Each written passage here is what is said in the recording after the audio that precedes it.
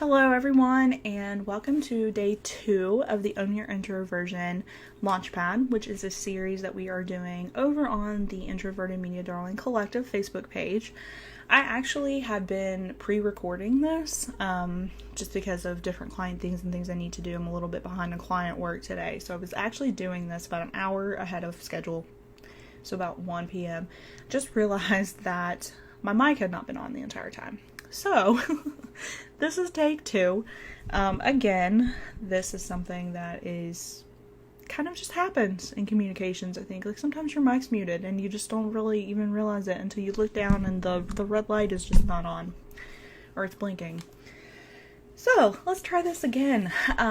If you are new to the group, yesterday we actually talked about, and let me pull those out for you. We started the workbook series that goes in tandem with an ebook that I released back in December and really started to push out in January. The link to it is over in Unit 1 in the Facebook group, and so that has yesterday's video. It has this workbook, this entire workbook and ebook that you can download, and then it has yesterday's 1 and 2 sections in it. So it has like the ebook section where it explains some things and talks a little bit about my experiences and different examples, and then it will have the workbook as well. One of my goals with this workbook was to keep it very short and simple and not really talk a ton about myself, but give you a really good launch pad, so to speak, into how to make this your own. So yesterday we talked about leaning into your personality and then using emotional intelligence. And like I said, if you didn't watch that video live or if you haven't watched the replay yet, it's over in Unit 1. And I'm going to be really obsessive compulsive about this mic right now because, again, mistakes happen. So you just kind of have to go with the flow with things. And if you don't know who I am, my name is Kaylin Staten, and I am the CEO and founder of Hourglass Media. We are based in Huntington, West Virginia, and like a lot of you right now, we are remote working. So typically on a normal day, we'll have in-person meetings, have these conversations where we can meet up with coffee with clients or, different partners and things like that. And then also, attending like community meetings and client meetings. But a lot of our work already was remote. So that's something that we are very, very fortunate about, is kind of having that remote model already in place. And we'll be sharing some tips about remote working and things like that. So, Hourglass Media handles public relations, writing, and educational opportunities, much like this one. And so I'm very, very passionate about helping the next generation move forward in terms of the PR industry and communications in general, and all of the ethical and lawful practices and guidelines that go along with that. And I'm also passionate about helping people combat mental health issues that plague you both personally and professionally, because I spent a lot of time in my 20s spinning my wheels and not really knowing how to reconcile and accept mental health issues within my own life, and I'm still kind of working toward that acceptance. And so if you're familiar with Maslow's hierarchy of needs, I'll put a graphic actually in Unit 2, but it's a pyramid. And no, it's not a pyramid scheme, because I'm really obsessed about that, by the way, like pyramid scheme, multi-level marketing companies, just FYI. But at the very top of that pyramid is the self-actualization part. So I think we're all kind of working toward that. And that's something that I have not, I'm kind of like almost there, but not quite there. So I wanted to share my experiences with this ebook and with this live series because like I said, I'm very passionate about mental health. I have generalized anxiety disorder, and I was diagnosed with that in my late 20s. And I have been speaking out again, not against, but I've been an advocate for mental health since then, in a pretty public format. And so I'm actually wearing my Carrie Fisher shirt. There's also the baby bump, just making a brief appearance, because I love Carrie Fisher, and she actually inspired me to actually start talking and writing about mental health, because she was a guiding light for people with mental health and other issues. And so just trying to kind of walk in her footsteps and keep that legacy alive and keep that work alive, as a lot of people are doing. Anybody who knows me knows that Leia Organa is like my favorite pop culture icon of all time. I love Princess Leia, and I try to utilize that, pop culture reference within Hourglass Media a lot of times. So that's a little bit about why this workshop series is very important to me, and hopefully you will glean a lot of information from this, and you'll be able to actually utilize this as you are remotely working, because I know a lot of us are inundated with so much information about COVID-19. You have a lot of information overload. A lot of people are considered essential, and a lot of people who are communicators, we are inundated with this, regardless of if we work for a major corporation, a healthcare system. We have clients who are concerned about it and are releasing information. So all of us have kind of had our roles to play, and I think that sometimes we need to have a break from that. And a lot of times, we're sitting at home and we're being introspective anyway. So I think that this is something that will piggyback on that and hopefully help you as you are uncovering things about yourself. So I wanted to, let me get number 3. So today we will be talking about taking extra time to prepare, as well as don't be overly critical. So these are things that are very, very important for introverts and very important for people with mental health issues in general. So if you are an extrovert and you have these kind of issues, or you're kind of middle of the road and you're an ambivert and you find yourself with these issues, then hopefully that will help you as well. And just some background information, and I will put these in the unit as well. I'll actually make a note of that I need to do Maslow's hierarchy of needs, as well as what I'm about to tell you. So I don't know if you guys have taken either the Myers-Briggs test or the Enneagram test, and you can take it or leave it. You kind of take these things with a grain of salt anyway.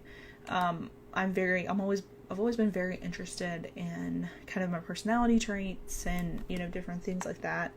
Anything from like horoscopes, which most of the time can actually be kind of tailored to anybody when you're reading it. But these 2 types of personality tests go a little bit deeper, and they ask you questions about yourself. And I'll put the links to both the paid version of that and the free version of that in this unit. I've taken both, and I found them to be really beneficial. For me, on the Myers-Briggs part of the personality, I am an INFJ. Ironically, so is Carrie Fisher, so that was pretty cool. So you can kind of see why she resonates so much with me. And so that means I am obviously introverted. I'm feeling and judging. I don't remember the N. I don't know. Guys, I have, kind of pregnancy brain right now. So maybe I get a free pass. And that's why I'm having to write down notes. And then I am an Enneagram 4, which means an individualist with a wing, which means I have tendencies of a 2 or a 6. I think the 6 is like the loyalist, and the 2 could be the achiever. I don't remember. That makes total sense, though. Like I said, if you're interested about it and you haven't, done these types of tests before, then I will drop those in the unit, in Unit 2, and you'll be able to, look at that, as well as the workbook pages that we're going over and this video. And then I'll also drop the ebook link in there too if you haven't downloaded that. And then, the Maslow's hierarchy of needs graphic, just so you can see kind of, what that looks like if you haven't had that. Mic check. So let's talk about number 3, which is take extra time to prepare, and just be sure to start. So as an introvert and as a perfectionist and as somebody who gets really anxious when I have to do things that are unplanned, If you have the option to prepare, then be sure to prepare. But one thing that I don't recommend is over preparation, just like I don't recommend under preparation. You'll get to the point where you know yourself enough to know what works for you and what works for other people, and that, things that don't necessarily work for you. The key to everything that I do is preparation. So I think as communicators, it's kind of just in our blood to be natural planners and natural people who like to prepare things and you have plans and all of that. Because we're taught from very early on, in academia and in our careers that, planning kind of makes things happen. And so I do this for clients, I do this for my company. I've been doing this for the 10 years of my career, and that is to just have plans that are from research all the way to evaluation, so you know what you're measuring, you know your goals, you know your objectives, and you know the bench points or the key performance indicators that you are wanting to achieve. And then just all of the people you are trying to reach with your messaging and, kind of just whatever you want the landscape of your communications to look like. So it really does pay to be prepared, but sometimes in our daily lives, we don't have time to devote to a lot of the things that we wish we had time to devote to.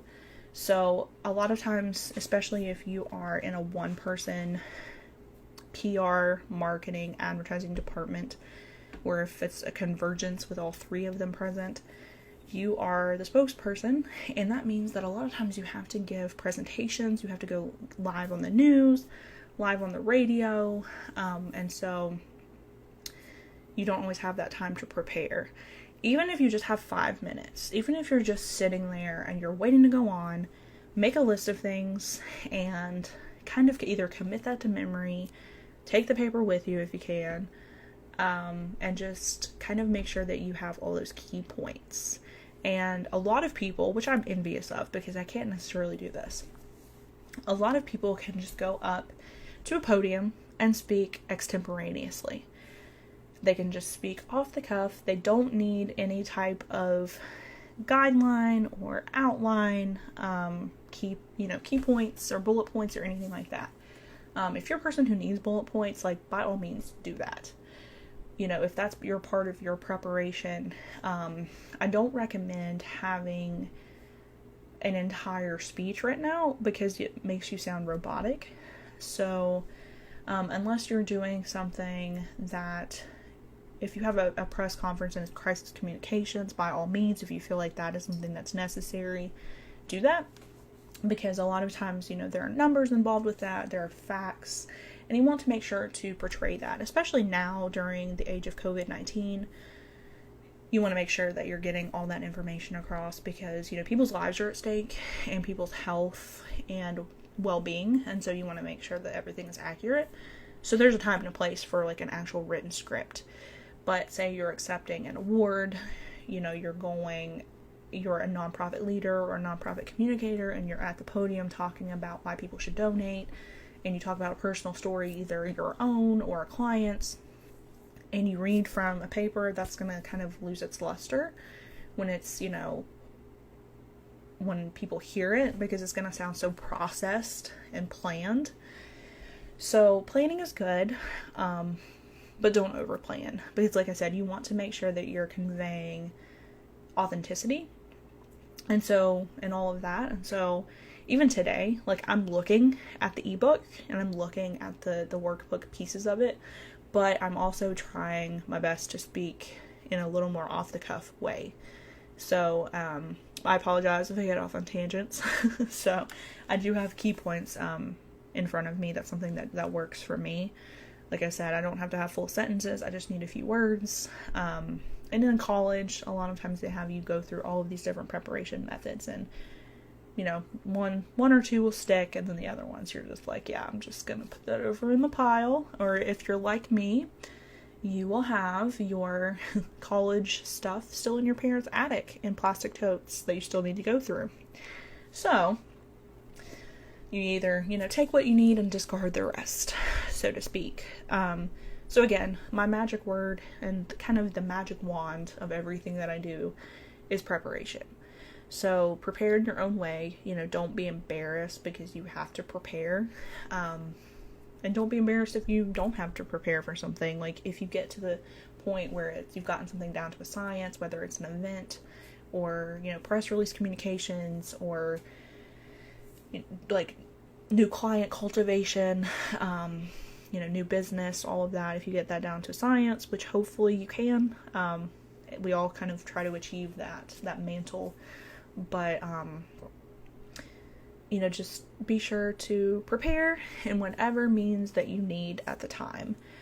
And one of the things that is really, really vital, especially for introverts, is because we get really overstimulated very easily, is to schedule some time to recharge, just that valuable downtime that you need.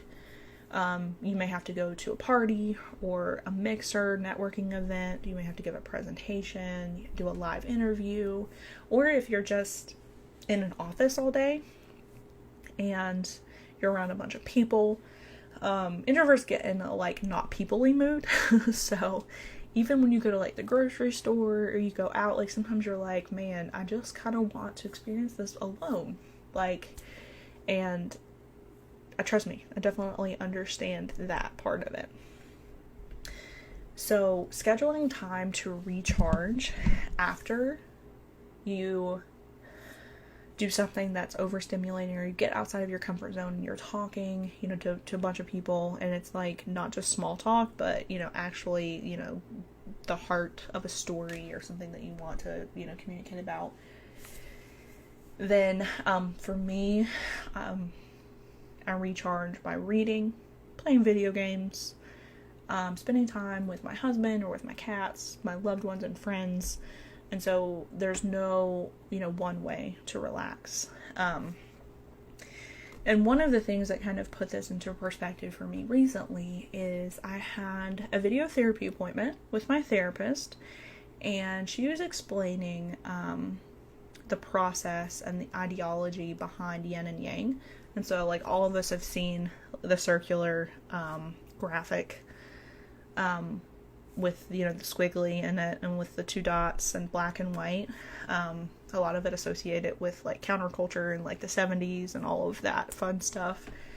But when you really look at it and the reasoning behind it, the yin part is the relaxation part. The part that, you relax and your brain is not overly stimulated. And the yang part is the part that is constantly going. It's the achieving part. It's the part that, constantly wants to be on the go.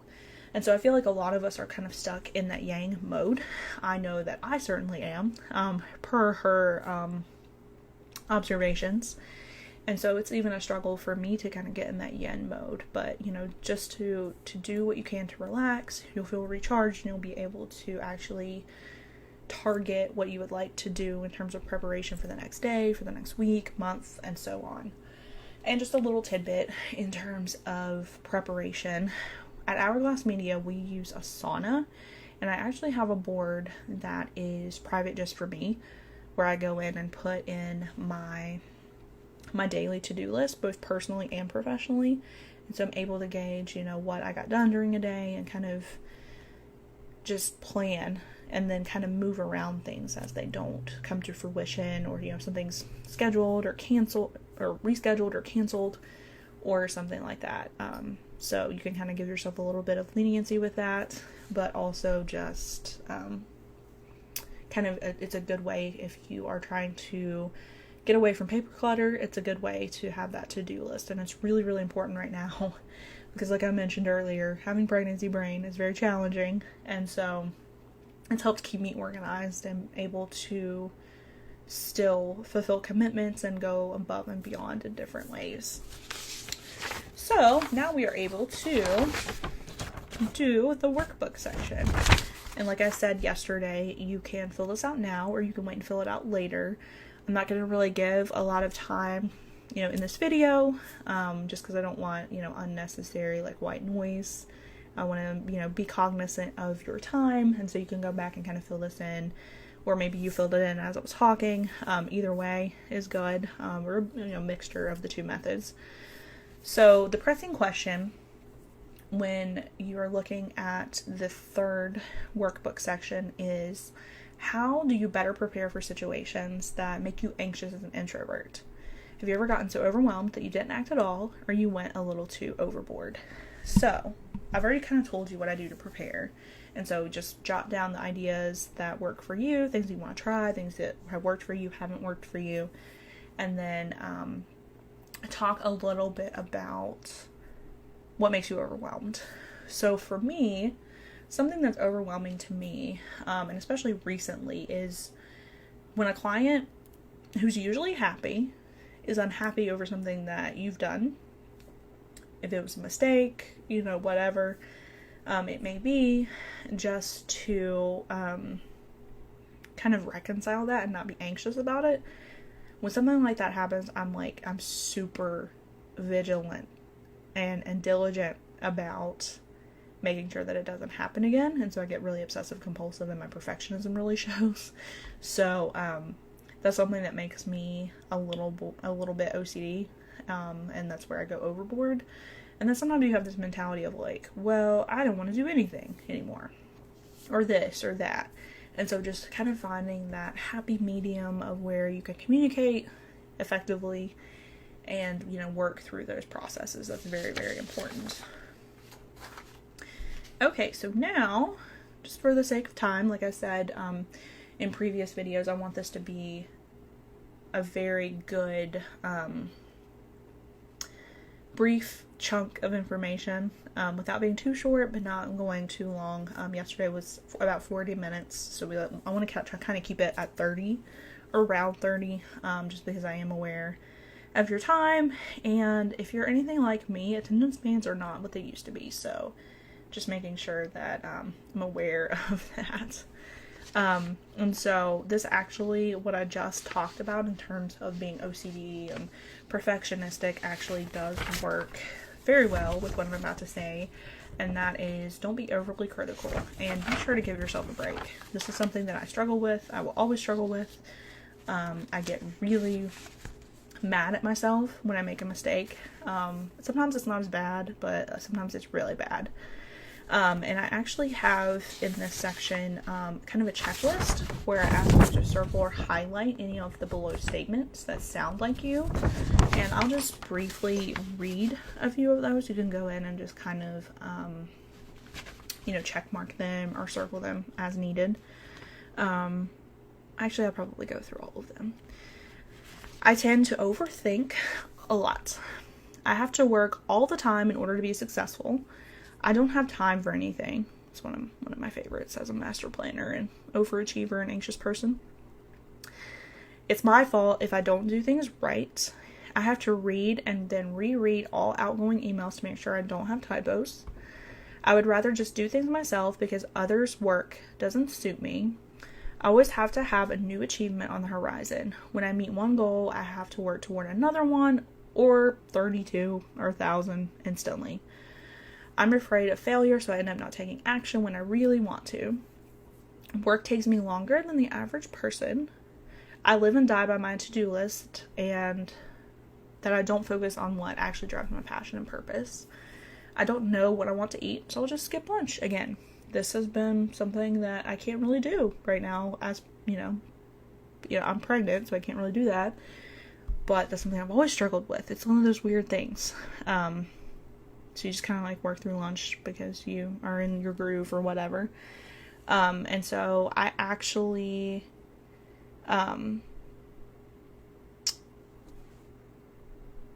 so I give you like different tips on how to do that. So work on only like one thing that you want to change first, and then try to adjust that unhealthy high standard, name it, give it, clarity, and set your reasoning behind it, and then decide you want to make that change. And this could be something that you want to work on a regular basis, or something that just pops up every now and then, whatever your your one thing is that you want to change first. And then you want to assign your perfectionistic behavior to that specific one thing that you want to change. And you really want to have this question in the back of your mind of how it's harmful for you. Because a lot of times we don't realize how harmful things are, and then we look back and we're like, man, that was something that was very, very harmful for me. And then number 4, you want to identify a goal that will reduce the specific behavior for yourself.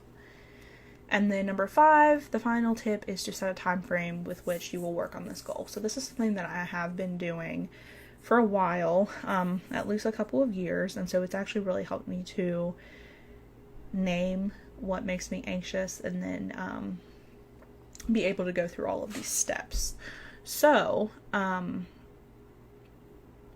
one of the things that I wanted to share with you was that process that has been very, very helpful for me. And so this is my workbook page, and I'll go through just this example. Everybody's going to make mistakes. Everybody is going to have like this moment. Even if you're not a perfectionist, you'll have this moment of wanting to be perfect. And so we're very, very critical of this. And so this is one way to stop that criticism within your own brain and actually start to reframe that and be a little bit more kind to yourself, both personally and professionally. Mine kind of focuses on both, and this is a very broad example. So for what I want to change, I put perfectionism for the sake of always wanting to seem perfect. So I want to put on this aura out in the world of perfection, sometimes, the highlight reel, and all of that, but I also still want to maintain that authenticity. So it's just this weird struggle internally. And then my unhealthy high standard, things that I struggle with in terms of perfection, is I have to be a perfect CEO of my company, I have to be a perfect wife, I have to be a perfect expectant mom, I have to be a perfect family member, friend, all of those things. Like I put titles on a really high standard, and instead of just being me, I assign myself all of these titles. So number 3, how is this harmful for me specifically? It sets me up for success a lot of times, but there's a lot of pressure attached to that, and a lot of times you don't get to enjoy that success because you're so inundated with the pressure and the stress behind it, and it makes you unhealthy. It makes you like not have good eating habits. It makes you not sleep very well. It makes you, have insomnia to the point of like having to take melatonin. It exasperates your mental health issues. So those are some things that even though you're successful, you still have to deal with those. And then also failure through inaction, because there have been a lot of times that I'm like, well, this is too stressful, or this is too daunting, so I'm just not going to act. So there are the two sides of that coin. And then how can you reduce this anxiety causing behavior? For me, it's acceptance. That's something that I have always struggled with, is just accepting myself, the good and bad sides, accepting imperfection, in the workplace, accepting the fact that I, made a mistake, there's a typo, I was a little bit short with somebody, all of these things that we're critical about ourselves in the workplace. So accepting that change and realizing that if you work hard and you try your best, like that's always enough. And so these are just like things that I need to remember. Like I said, that I was going to go through this workbook with you, so it'll benefit me just like it benefits you. And then my timeline I put for this specific goal is to continue to work on this on a regular basis until September 2020. That is when our first baby is due. And so upon the birth of our first child, hopefully I'll have a little bit more clarity as to, how to handle a lot of this and how to be able to communicate about mental health through our child. So that's something that I definitely want to be able to do. And like I said, you could fill this out at your leisure. It's something that you may actually have to think a little bit about, and then feel free to print this page out and go through different processes with yourself. So if you say like, say that you don't have the best relationship with food, and you could, punish yourself for it, or you have a specific thought process that always pops up in the workplace, are saying like, I can't do this, or, you have a personal issue with a relationship in your life that you want to work through, like, feel free to print out this page, or, jot down different ideas for different, things that you want to change, but just be sure to focus on one at a time. As overachievers, we want to accomplish everything all at once, and so that's not always the best route to take. But hopefully this was helpful, and you can, rewatch this, add comments, talk with each other in the group. Be sure to invite people to the group you feel like would be interested in talking about candid mental health issues, about perfectionism, about anything that you guys would like to talk about. Just feel free to either shoot me a direct message if you know me personally, text me, call me, send me an email, connect with us in all of the different ways that you can connect with us. That's actually in our About section. So it has our website and social media and all of the fun places where you could connect with us. So we're very active on social media, very strategically active, I should say. So we're not like on every single thing, but we do stay on what works best for our clients and our prospective clients. And so we just hope to add more people to the fold of this, and just really put a face on a lot of these issues, and to help you if you are introverted and feel like socially awkward, or you feel how introverts feel, then we hope to kind of combat that and show you that you can work through that and get past your comfort zone and also be yourself. So with all of that being said, I will see you again tomorrow at 2, and I hope you have a good day today, and stay safe, and wash your hands, and stay 6 feet away from people, and all of the things that everybody's recommending. And yeah, hopefully this was helpful. If you have any questions, comments, feel free to outreach to us. In the meantime, have a good day, and we'll see you tomorrow. Bye.